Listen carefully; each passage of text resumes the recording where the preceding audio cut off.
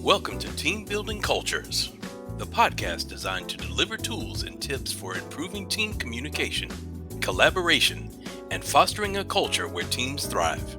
Now, here's your host, Beverly Hathorn, owner of Strategic HR Consultants. Thank you so much for joining me for another episode of Team Building Cultures. I am your host, Beverly Hathorn, owner of Strategic HR Consultants. And today I have with me Miss Vanessa Brewers. Vanessa is a professional speaker, she's a coach, and she's an author. And I'm really excited to talk to her today because she has some topics not quite typical of the show, some that are, but some of her topics are not quite typical that we normally hear on this show. But today she's going to talk to us about how the human experience improves human performance, what is required for leaders to truly lead, and how emotions and personal challenges can exist within the workplace. So, really excited to talk to you, Vanessa, especially about being a culture shaman and something that I found very interesting, sacred rage. Yeah, so she's going to let us know about all that stuff. Vanessa, welcome to the show. And again, thanks for your time today. Oh, thank you. Actually, I sent one of your podcast episodes to my business partner a few days ago because I was looking forward to being here and it was so good. So I feel really honored.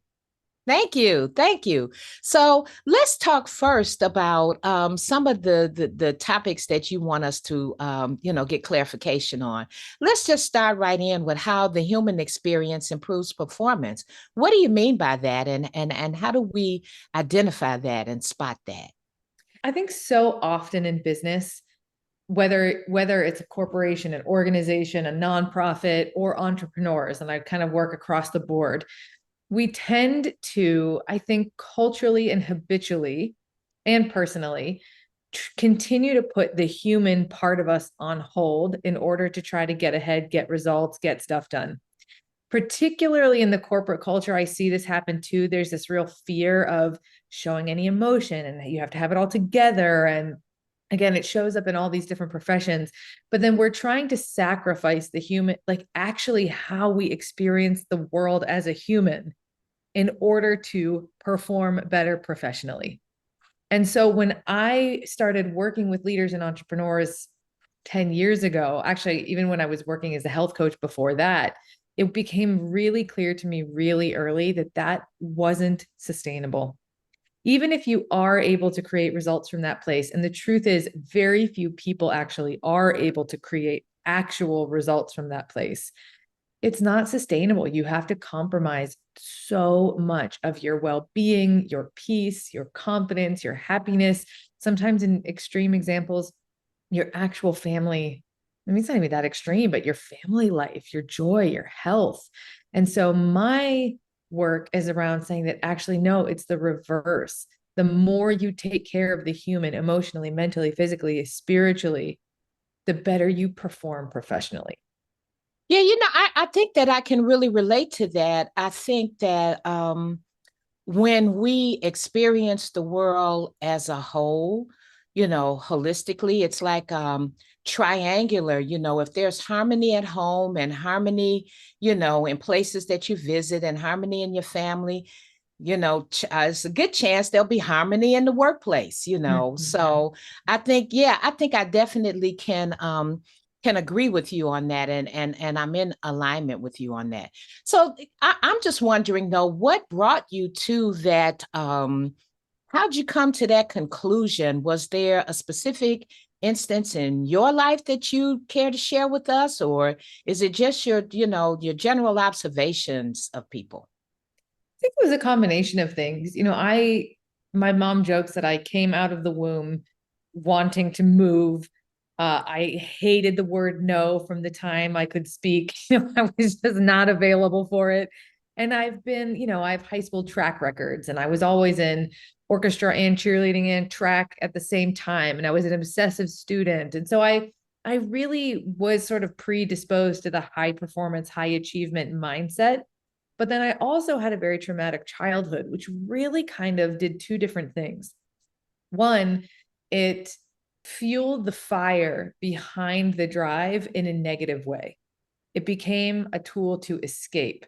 It became, if I could just succeed, then I could undo my childhood, I could save my parents, and the world would feel safe again. This is a really unconscious level. I wasn't thinking about this on the day-to-day. But instead of being driven to succeed, I was driven to escape. And so it's like that trauma hijacked the high performer in me, and I started to run myself into the ground. The other thing that happened was that because of that traumatic childhood and all that inner turmoil, I had this constant battle between needing to high perform but not being able to take care of myself. Again, because if you're in survival mode unconsciously all the time, you're not thinking about working out or slowing down or resting or sitting in the sun. Even meditation took me like a decade to kind of get into a rhythm with, because it was so hard to sit still. And so I started to notice as I got older that even though I would create higher and higher levels of success, first I was an entrepreneur, and then I became a six-figure entrepreneur, and then a multi-six-figure entrepreneur. And for me, it was all about the money, and it never was enough. And I kept killing myself more and more and more and more. And then, and I healed it, and I healed it, and I worked. It's not like I was unaware at a certain point. I was still looking at it, but I couldn't really get out of it. And then I got pregnant. And it wasn't like, okay, then motherhood forced me to. Actually, for me, motherhood was a very complex, it felt like a death sentence. It felt like it was the end of the road. Like, oh no, this wasn't in my plan. I was going to be professional, not a mother. And those things couldn't exist simultaneously in my mind. And it just forced me into the deep healing that I didn't want to do, that I would have never done if I didn't get pregnant.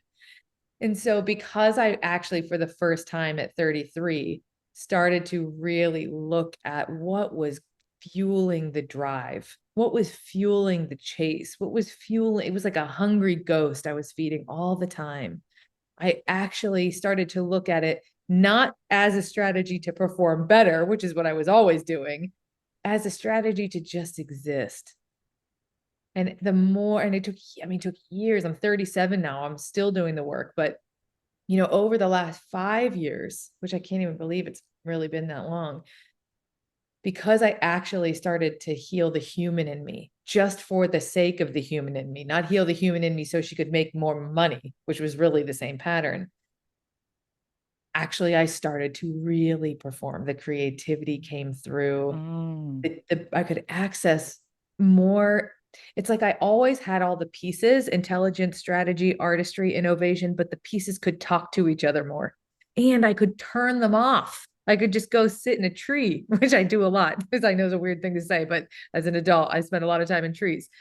That's the shaman in me. So of course, all along the way, I'm working with other professionals and entrepreneurs, and we heal in others what we came to heal in ourselves. And so I saw that same pattern in other professionals, and I saw that same pattern in organizations. Interesting. So very interesting, because as you were talking, I was thinking how much of what you were saying actually could relate to. I too, as a child, just drove toward anything I could get my hands on. Just, I wanted to be in every single play activity at school. I wanted to be in every club and every group.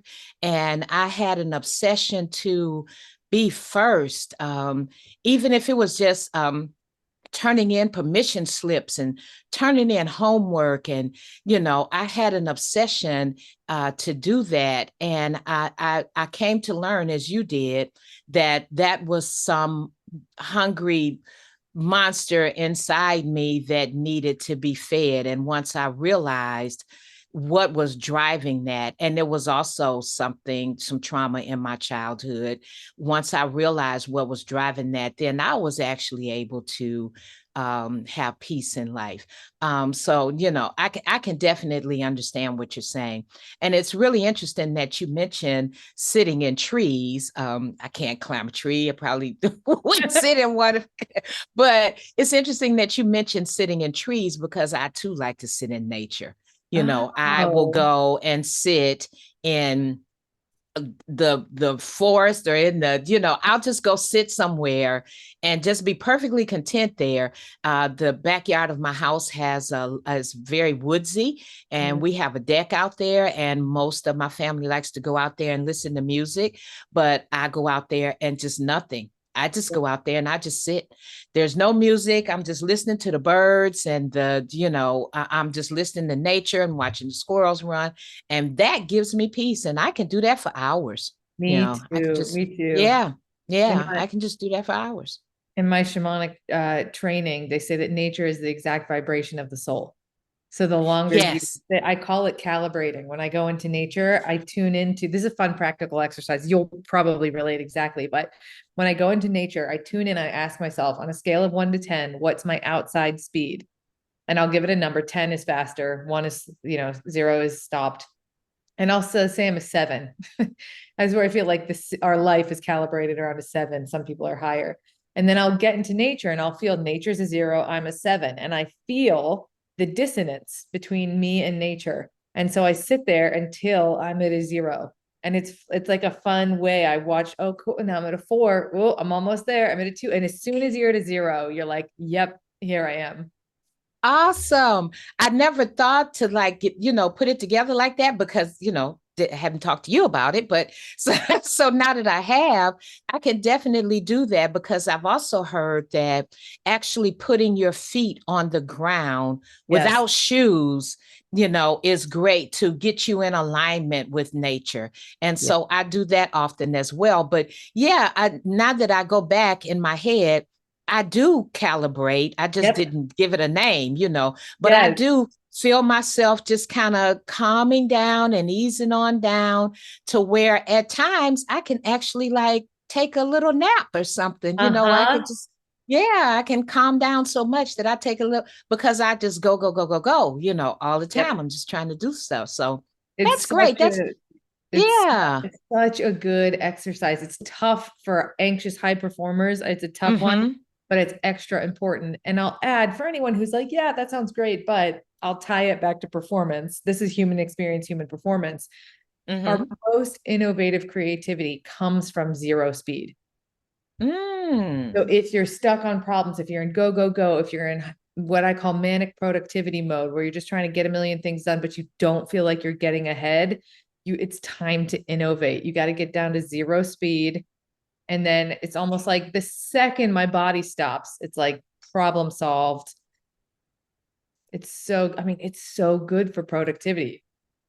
Yes, I would agree as well. So, just calm yourself down, folks. And, the answers will come, just watch the birds and the leaves and, watch the squirrels run back and forth and do what they do. Cause those are some busy little guys. I see them in my yard all the time. Very busy. So we should hire them. Yeah, this is like, they're really busy, So just, calibrate yourself down to 0, a peaceful place where you're centered and you can think. It's that is great. So this podcast episode will be called Sitting in Trees and Hiring Squirrels. I'm going to write that down. Sitting in trees and hiring squirrels. Love it. Love it. That's perfect. So tell us about emotional and personal challenges and how do they show up in the workplace, and can they coexist? Can we like have that? What do we do with those challenges in the workplace? So the one thing that I will always say is that can they show up? They are already there. And it's important, I think, just as a menu option. Especially, I've always known this, but now I also own a gym. So, for the last 2 years, I've also had my own team, which is something I didn't have as a solopreneur. When I was, only coaching other people, I was still helping other people help their teams with this. But personal challenges, emotional challenges are in the workplace, whether you recognize them or want them to be there or not. It's just so often that in the workplace, we really only have 2 lenses, maybe 3 lenses on problems in the workplace. The first is performance, the second is commitment, and the third is fit. And I think so, or maybe sometimes we look at culture, or training or something like that. But the truth is, so much of the time, performance issues are happening because somebody has personal or emotional issues going on.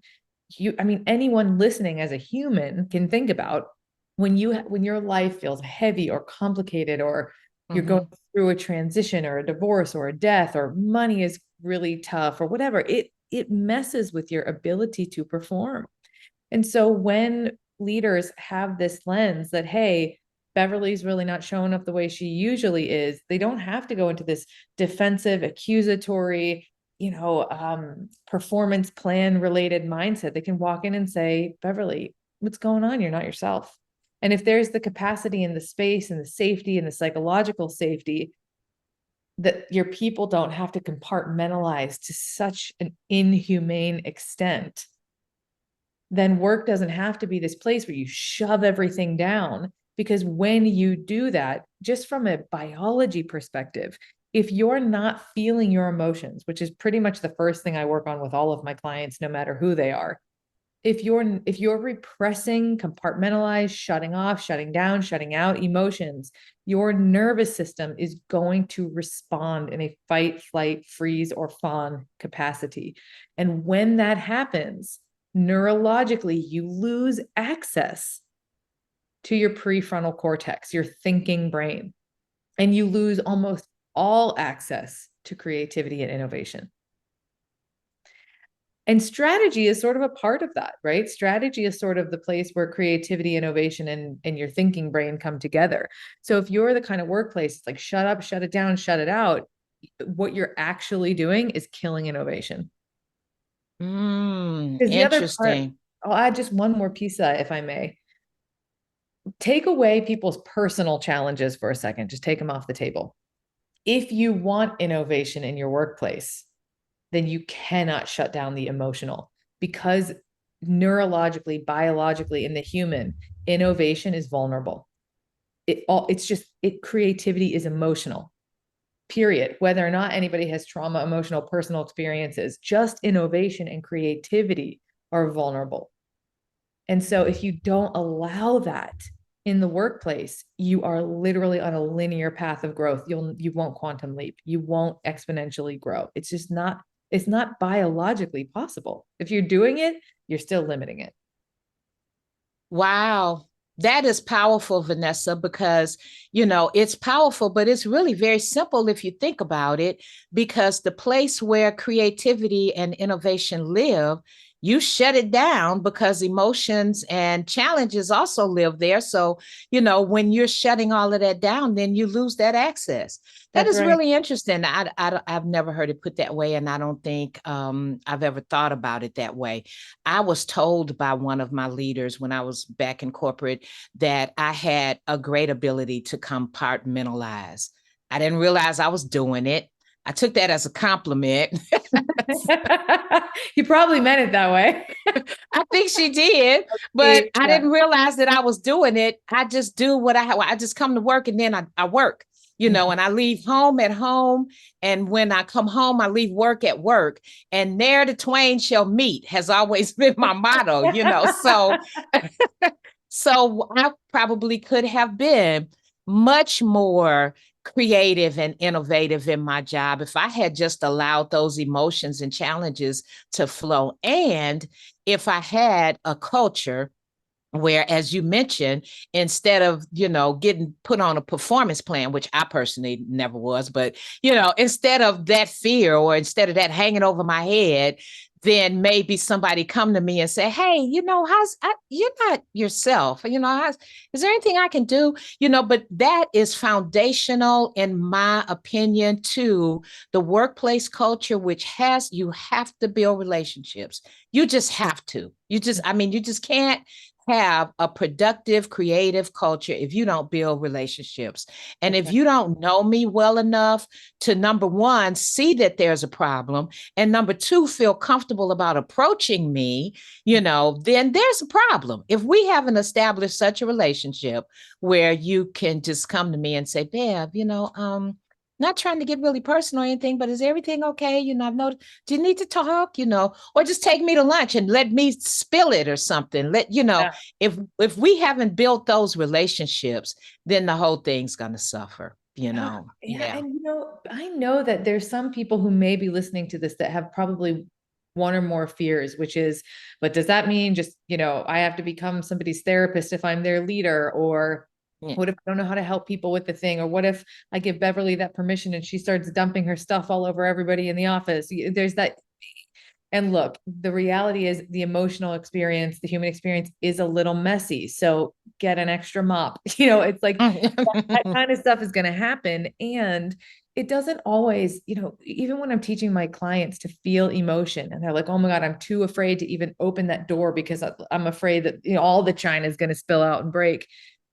Emotions have about a 90-second lifespan. If you no matter how big the emotion is, if you really just let it rip, it's about 90 seconds. So can you imagine if you are just beside yourself with pent up emotion and you're able to say to your boss, listen, I can't think.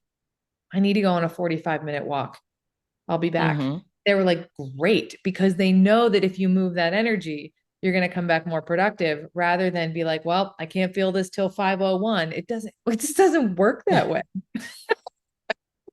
Wow, that is just so simplistic. I can't believe it never came across before. That's excellent direction and advice, Vanessa. Really, really great. So let's talk a little bit about what is required for leaders to truly lead. Personally, I think relationships are critical. Like you were saying, what if you give me that permission and then I just go crying to everybody all over the office? Well, if you built a relationship with me, then you'll know what to do and what not to do and what to expect. So, Mm-hmm. so yeah. But what do you think is required for leaders to truly lead? I think I don't know how unique it is, but I think I have a relatively unique perspective on this. So, my work spans from very strategic and practical to deeply healing and shamanic. So I really kind of occupy both worlds, and I think a pretty unique way. I can jam out with you for 8 hours on business strategy, and then we can be in trauma healing and back and forth, in 15 minutes. But so when I look at leadership, to me, leadership is absolutely a unapologetic and relentless mirror into your own inadequacies, your own insecurities, your own shortcomings, your own blind spots, and your own personal wounding. When I work with leaders and they come to me with a problem, especially if it's a really agitating, the word I use is triggering problem, like you can't get past it. When you're ruminating and you can't figure out why you can't come up with a solution, or you're having a disproportionate reaction to what's happening. These are almost, or you have a repetitive issue that keeps happening. These are all signs when I work with a leader that it's actually something internal in them. And so we would use those to look at their own personal healing required to meet that challenge differently. Now, sometimes it's a strategy or skill thing. I'm not taking those off the table, but when I work with my business partner and there's this his wounding is around not being respected. His relationship with his mom she was pretty critical. He wasn't allowed to have a voice, not allowed to have an opinion. And so he has this sort of wound around authority. People don't respect me, listening to me. Equally, he has a hard time with confrontation, right? So you can see how those things would become very practical challenges. So he struggles to let go of people fast enough. He really struggles with performance reviews. Instead of, just addressing something quick and small, he ruminates about a lack of respect. And so when he works on his healing relationship with his mother, none of those things bother him the same way. So the way that I work with leaders and I teach this is imagine you have these thorns sticking out of your body. And these thorns are the wounding that you had from your childhood, your parents, your relationship, your siblings, maybe, we'll say those three for now. If you don't heal those, and most people don't, then you're walking around in your world and those things are getting bumped all the time by other people who have the same dynamic unconsciously that you had with the people in your past. And so when those thorns are getting hit and aggravated, you can't see the situation clearly. You can't respond directly. You're always responding through your own personal experience, and that can make things messier. So for me, when I work with leaders, it's a willingness to look beyond the surface level of an interaction and always at yourself first to see what is the healing and growth available here from me. Let me do that. And then I'll approach the situation strategically and practically. And so when we do that, again, it becomes the most epic tool for your own healing and growth. And second, you're almost always jumping these little creative curves because you're responding from almost like a different person every time they happen. Wow. Yeah, that's, I know I've said that word a lot, but I'm just, I'm totally enthralled and completely engaged and enveloped in what you're saying, because I'm thinking about myself as you're saying these things. And basically, for leaders to truly lead, number one, you got to know yourself. You got to know where your pains are and where your problems are, and what, and why these different triggers around you on your team or in the office or with your peers or whatever, how that's, sparking you off, And I really like the analogy of thinking about it as little thorns in you, and people keep bumping into them, So all day you're going, ouch, ouch, oh, wow. And, then, and what most people don't realize they're doing is that they've got all these thorns and they're getting hurt all the time. And so they start to protect themselves. Let me get rid of Beverly because I don't like that she does the thing. And it's like you fire and you hire in a way to protect yourselves from hurting from the thorns, instead of just taking the freaking thorns out. And then you can hire whomever. Wow, so great, Vanessa.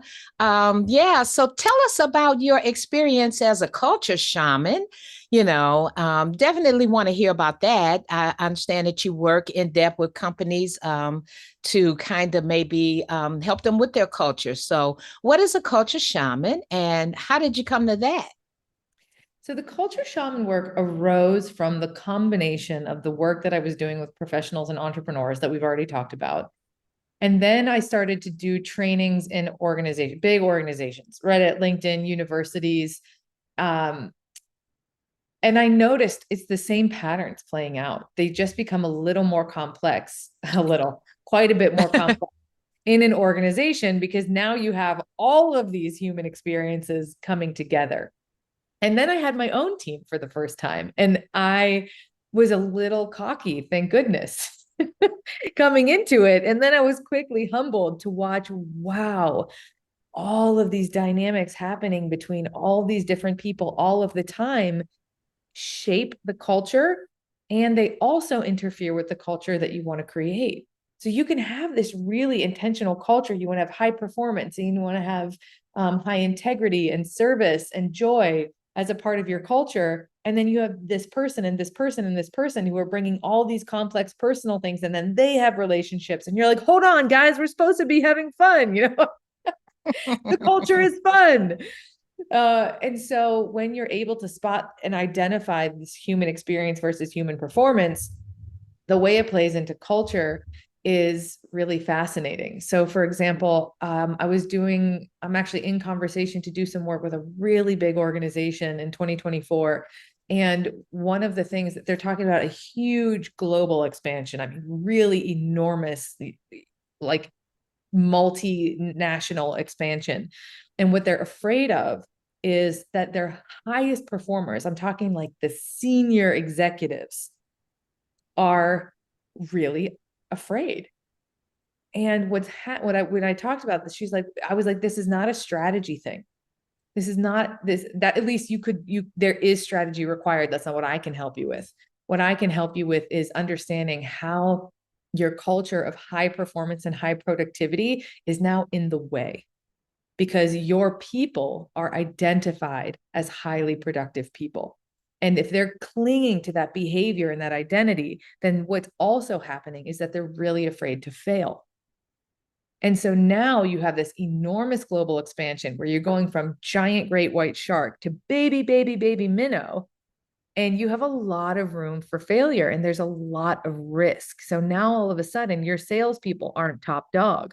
Now they're the little guy who has to fight for the attention again. And if your identity is centered around being the big top dog and you don't like failure, you're going to have problems psychologically that are going to show up in performance.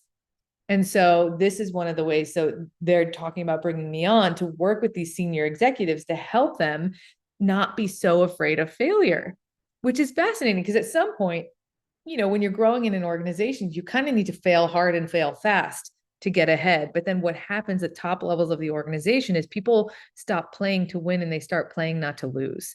So there's more at stake. The higher you go in an organization, the higher your performance is. And all of a sudden you get a little more risk averse. You get more responsible, more committed, more skilled, more dialed in. And that's important to get air quotes to the top. But once you get to the top, you need to relearn almost that childlike mentality. And so that's a lot of the work that I do in organizations. It's like noticing how the culture that got them here is now in the way of getting them to the next level and what's required psychologically to make that leap. Yeah, that's really interesting because as you were talking, I was thinking about what that must be like for the higher ups and the high performers and the VPs and the CEOs and all, because now they've actually got to make that transition, and they're no longer maybe their past performance is no longer what's keeping them at the top of the heap. And there's all these new people coming in and nobody really knows about how great you are. You got to start showing it all over again. And it's kind of like when you're in school and maybe you go from junior high to high school, and maybe you go from high school to college, where you've achieved a certain level and a certain status, but now you've got to start all over again because number one, nobody knows that you're that person, and number two, there's hundreds of others just like you. So yeah, that is interesting, and I never really thought about a transition in that manner. Having not been one of the CEOs, I always thought those people were pretty comfortable about it. I always thought it was just the people down where I was who were really really worried. So one of the biggest lies of high performance, you never arrive. And no matter how far you go, never get there. Lose. And the other thing that happens quite often is that, and this happens both in organizations, but also entrepreneurs, it's like when succeeding is the goal, once you succeed, some of the motivation disappears because it's like, yeah, I already did it. I already made the money. I already got the promotion. I already got the job. I already won the contracts. I already did the speaking. I already have the followers. Like, now what? And so that's another place that I work with organizations. Like, once you've already won the game, what motivates you? What inspires you? Mm-hmm. And in many cases, it comes back to creativity, innovation, play, and, internal growth. Yeah, that's some really great stuff, Vanessa. I can definitely see how you can help organizations and individuals, because of your understanding of what's required to move forward and how you just kind of unlock yourself and just kind of, get outside of yourself and understand what's really happening, what you're really dealing with. And so the last thing I wanted to ask you about, something that I saw on your website, was sacred rage. So tell me what that is, and how we can identify that and what should we do about it, because it sounds like something we all have, but tell us what that is. I'm asking for a friend. Yeah. It kind of fascinates me that this is such a big part of the work that I do, because for most of my life, I swore I didn't get angry. I was only ever frustrated. I actually kind of was really judgmental to people who openly expressed their anger, but even deeper than that, I was actually really afraid of it. And so I would also kind of judge it and then really smother it at the same time. But on the flip side, which I didn't see any correlation to, was that I had crazy anxiety. I didn't call it that. I was just stressed, but I worked myself to death. I couldn't take breaks. I couldn't relax. I couldn't ever mentally put work down. And I also had a really vicious inner critic inside my head. Mm-hmm. A lot of issues of unworthiness, a lot of fear of speaking my truth. And I'm vocal, but I didn't ever want to be controversial. If anybody else was ever in disagreement with me, I always thought I was wrong. So if we had any disagreement, my instant response was, I must be wrong. And I went into this place of shame. Never occurred to me that somebody could be angry or mad or upset or disagree with me, and we could just have different opinions.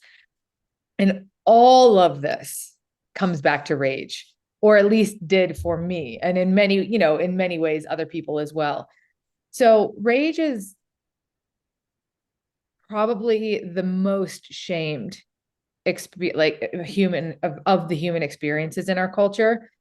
Culturally, we don't have any healthy expressions of it. We don't have any healthy models of it. And most of us personally and in our family environments, it wasn't allowed, it was punished, or it was way over the top and it was terrifying. It's just not normal for people to know how to feel it, what to do with it, what to do when someone else is experiencing it, how to express it in a healthy way, because rage is destructive. It does want to attack. It does want to demolish. And so when we repress it, most people either turn it on themselves, unworthiness, self-criticism, and anxiety, or it ends up coming out in really messy ways, manipulation, verbal attack, physical attack. And so when we understand how to work with this enormously powerful energy, we can talk more about the benefits, but that's sort of like the background and why I work with it. Wow, rage is, I like what you said about there's no really other way to express it, unlike other emotions, that you can, and then to press it down is not good either. Well, we all know that, but you made a really good point early on when you said when you compartmentalize all these emotions, you lose your access to your creativity and your innovation. So what in the world happens to us when we press down rage?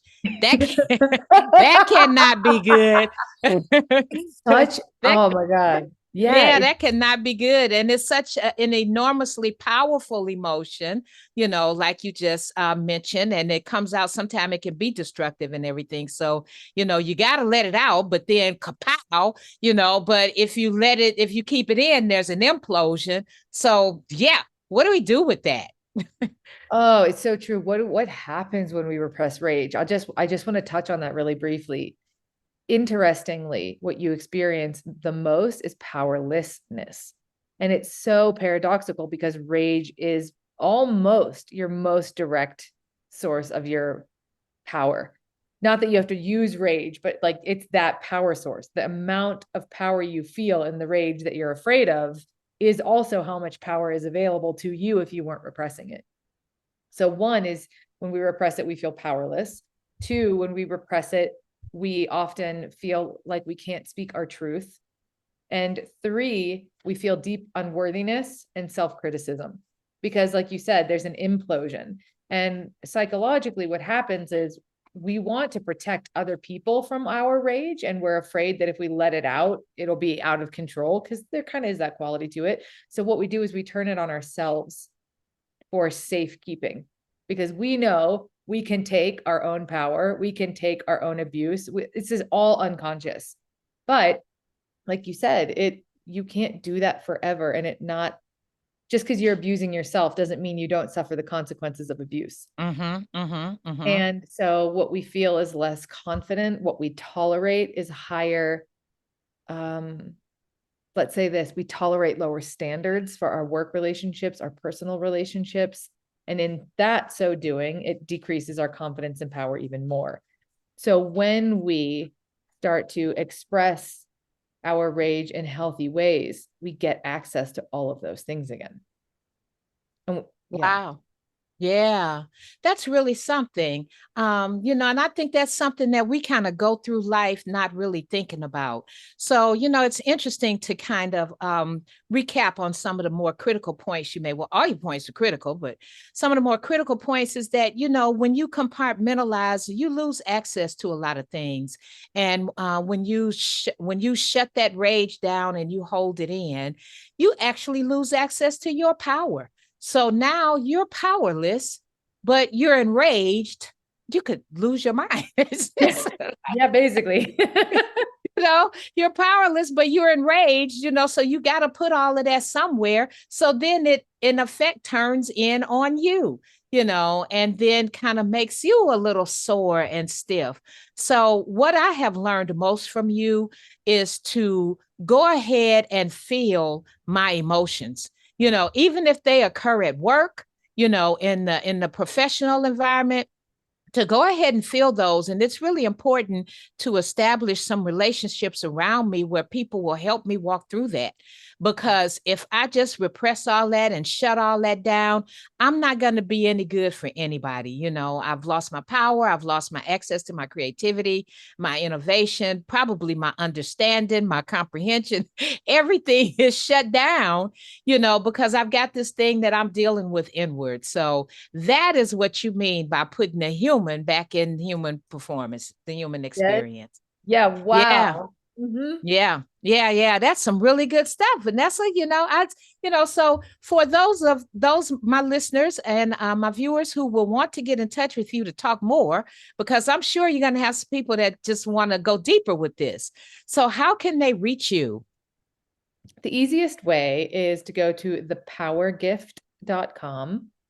And you'll do two things. You'll download one of my favorite free trainings that I ever created, which really talks about how to reclaim your power. That's an acronym for practical. And so obviously for human and the performance side.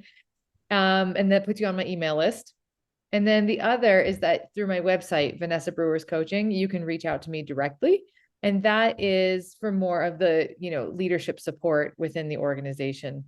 And if you're an entrepreneur, I have other options on my website as well, but those are the best ways to do it. Yes. Awesome. Vanessa is all about power, regaining yours, retaining yours, knowing what to do with yours, and how it can benefit you. That's really great. So we're going to put all that information, your contact information, in the marketing materials. And just want to thank you so very much for being on the show today. You've been a gift. You've energized me. I feel more power. So it's been a real gift. It's been a great discussion and very inspirational and enlightening and uplifting, talking to you. So I thank you so much for coming to the show. It's been great. Thank you so much. Yes. So for those of you out there listening who would like to hear more on this topic and other similar topics, I invite you to subscribe to my YouTube channel. It is Strategic HR Consultants on YouTube, or you can just tune into the Team Building Cultures podcast. Please comment or like or rate. You can find us on Apple and Spotify and really wherever you get your podcast. So I hope to see you there. Thank you so much for listening once again. Thank you for tuning in to another episode of Team Building Cultures. We hope we have delivered helpful and enlightening information to help you create your dream team. Join us next time